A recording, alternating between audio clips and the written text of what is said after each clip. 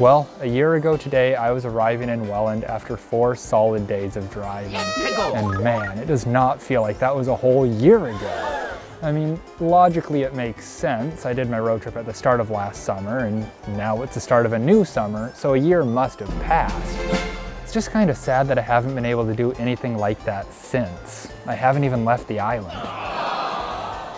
And if you're curious, no, I have not financially recovered, although at this point there are several other factors at play in my continued cash crunch, and I don't think it's fair to continue placing the onus entirely on a 2-week-long road trip that happened a year ago. What?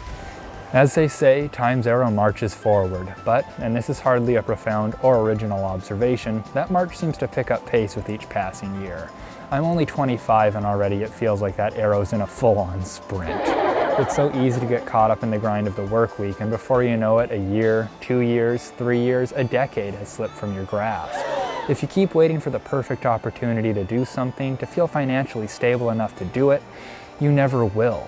I wasn't in the best place when I did my road trip a year ago, but I did it, and I'm so glad I did. And I'd really like to try and do something like that again soon. Because if I don't, I won't. I'll never feel like I'm stable enough that I can afford to take a break. But if I just force myself to, then I can deal with the consequences and find a way to make it work. I mean, that's how I approach racing. It doesn't matter the time crunch, cost, whatever, I will have my car ready to go for the next weekend and I will be racing. I don't worry about it, I just find a way to make it happen.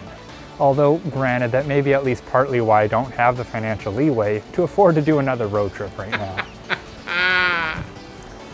Funnily enough, Cass and the roommate Victor are actually going to be arriving here in a few days. It's kind of sad that it's been a full year since we last saw each other, but it doesn't feel like it's been that long. And regardless, it's just nice that we will be seeing each other again soon anyways. I really do miss my friends. I miss having them all live in the same city. I miss getting to see them every day and not once a year or a couple times a month.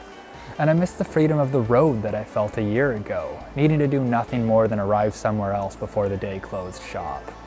Hopefully it won't be too much longer before I get to feel that feeling once again. And hopefully I'll have a good friend or two waiting for me at the end of my journey.